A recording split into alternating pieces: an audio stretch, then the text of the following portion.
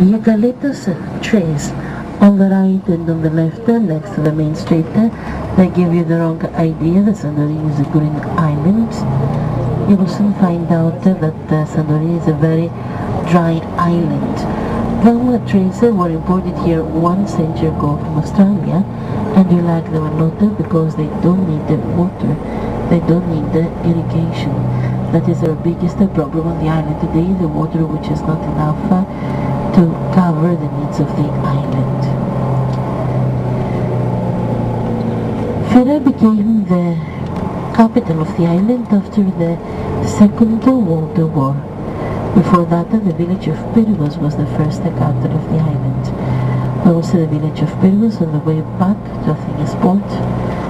It's the most traditional of the villages on the island of Santorini today, a village with 42 churches.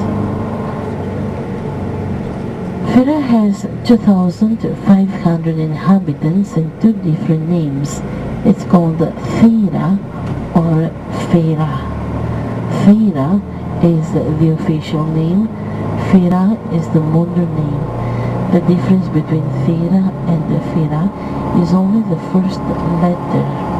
But before I will talk to you about how the official name Fira became Fira, let me show you the part of the capital where we're driving now, which is not the touristic part.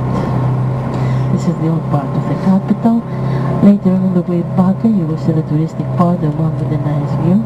I like also this part of the capital because you can see old buildings, old canavas. Canava is the local name for the winery. Join, have a look on the left to see Canava of Petros Nomikos. We have a lot of wineries, a lot of canavas in Santorini. According to statistics, 1950, on the small island of Santorini existed 299 wineries. Pistachio trees on the left, these are pistachio trees. Pistachio, they grow in clusters. Have a look to see beautiful churches, so many churches on this area. There is a small one in front of us on the left. And if you turn and have a look on the left, you will see 3 big churches. On the left, just after this building, have a look on the left, just now.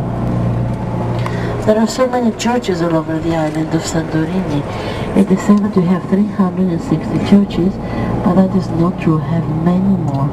We made a list 6 years ago, and there were 550. Also, on this side of the capital, I can show you very old cave houses. Those that belong to the poor people. Turn your look on the right to see on the side of the hill the wooden doors. All the wooden doors on the right. I hope you see the cave house on the right.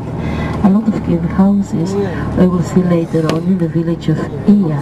But there you will see the houses, those the nice ones, those that are hotels today, or those that belong to the rich people.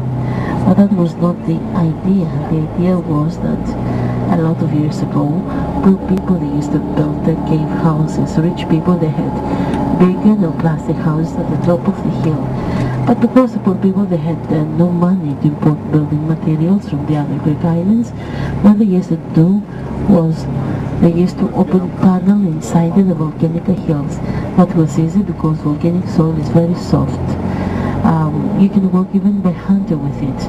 At the front, outside of the volcanic hill, there they used to build the wall where were the door and the windows, and the house was ready. These are the so-called Poskava houses. The name means cave houses. They look like caves, but they're not real caves. These houses are full of light inside, and they have a natural air conditioning system. They're very cold during the summertime, warm in the winter time. So there are people still living in such houses. One more cave house in front of us on the right, the white house with the blue doors and the blue windows, and a few more on the left. Have a look next to us on the left, just now, more cave houses.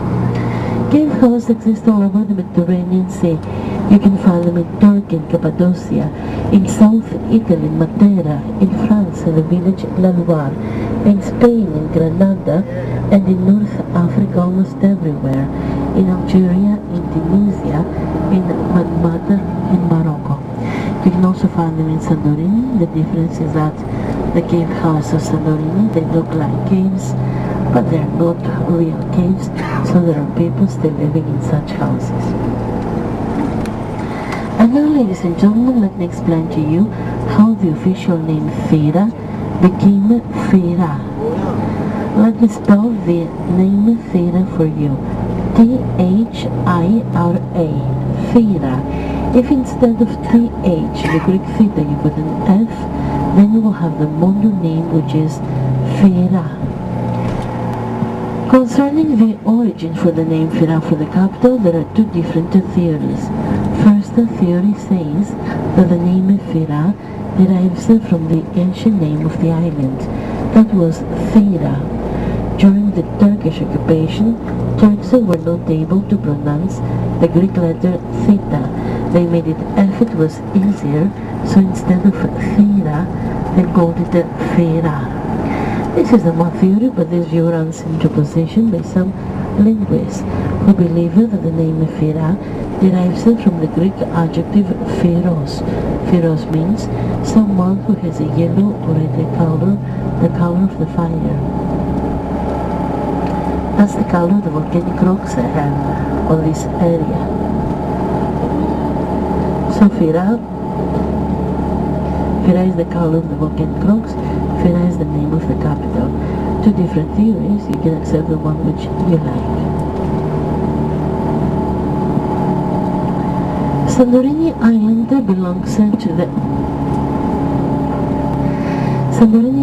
belongs to the Cycladic group of islands. It's a group of islands in the middle of the Aegean Sea. We call them Kyklades in Greek. Kyklos means circle. We call them Kyklades because according to the Greek mythology, all these islands are supposed to make a circle around the holy island of Delos, the island where the two Greek gods, Apollo and Artemis, were born. The god Apollo was the god of the sun, the god of the light and the music. Santorini occupies a total area of 72 square kilometers. It has almost 12,000 inhabitants and 13 villages. It's a very touristic island. I have mentioned before that the main income of the island comes from tourism. Touristic season starts in the middle of March with the first cruise boat and ends in the end of November with the last one. We'll have 1.5 million visitors in Santorini every year. We produce a few products, all of them in the best quality, and of course the wine is the main product of the island.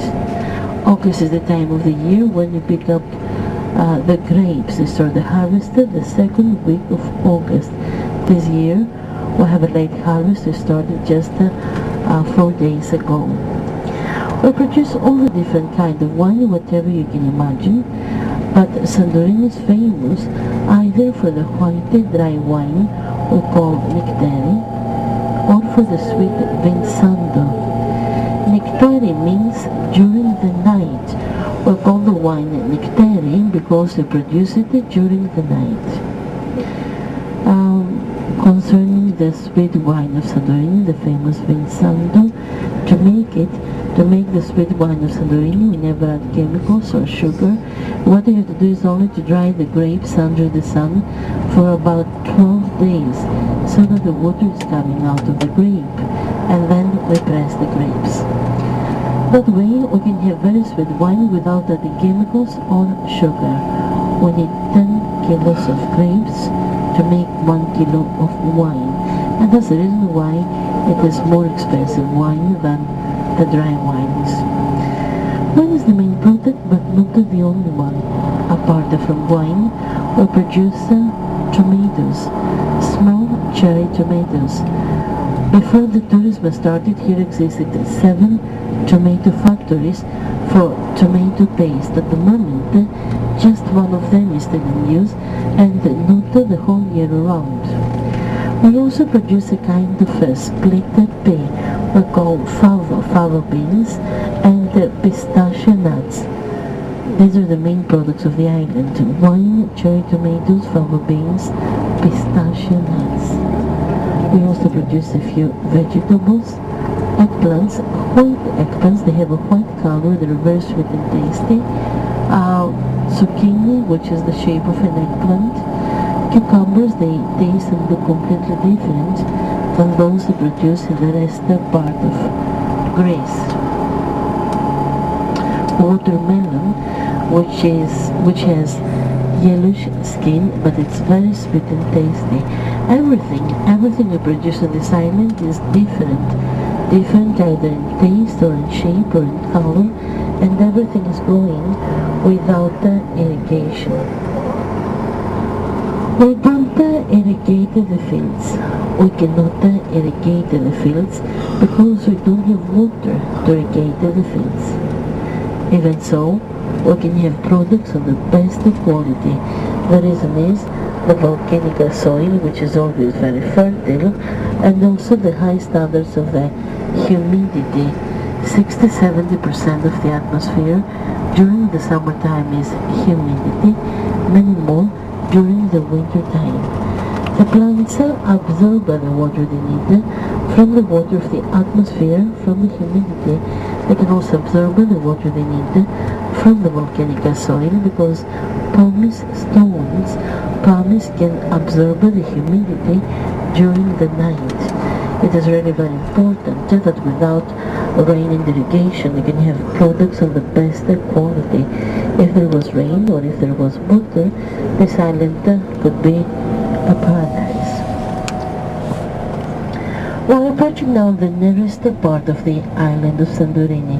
On this area, the island is a little bit more than 1 kilometer wide. On the right hand side you can see the Aegean Sea. In a minute you will be able to see on the left, you will see one more time the beautiful caldera, and this time you will see the inhabited island of Thiracia next to us. Thiracia is the island you could see far away from Athens port. Now you will see it next to us because we are now next to the village of Ia. And don't forget that once upon a time Thiracia was connected with the village of Ia. That was before the great volcanic eruption. Ladies and gentlemen, have a look on the left and on the right to see the nearest part of the island of Santorini. Fig trees on the right, the small fig trees. We have a lot of fig trees on this island. They grow wild and you can have fresh figs twice a year. In front of us there are cactuses, and just after them I will show you capers. You may know the capers are used in the Greek salads. Capers, they grow in the Rocky Mountains and in the stone walls. Ladies and gentlemen, join have a look on the left. In a minute you will see green bushes hanging from the mountain. These are capers. Next to us on the left just now, thank you Procopius, next to us now, these are capers. We pick them up in May when they are very fresh. Also the south part of the island, there grows saffron, a beautiful flower which gives a yellow color, which is used for cooking and in pharmacy. Have a look on the left to see so many different volcanic colors, the one next to the other. So many different volcanic colors. And let's start with the green color you see next to us. On the left, the volcanic materials you see mostly in this area, apart from the black lava stones, are pumice stones, the small porous stones, and volcanic ash, which is the fine dust you see all over the area. The real color for pumice and volcanic ash is beige. The one you see just now on the left, that's the real color. But because there are metals inside the pumice and the volcanic ashes after thousands of years, and because of the oxidation of the metals, pumice and volcanic ash can take beautiful colors, like the light green you've seen before, or the impressive black you see just now on the left, or the beautiful red color I'll show you in a minute. Behind the black mountain, in a minute you will see the red mountain.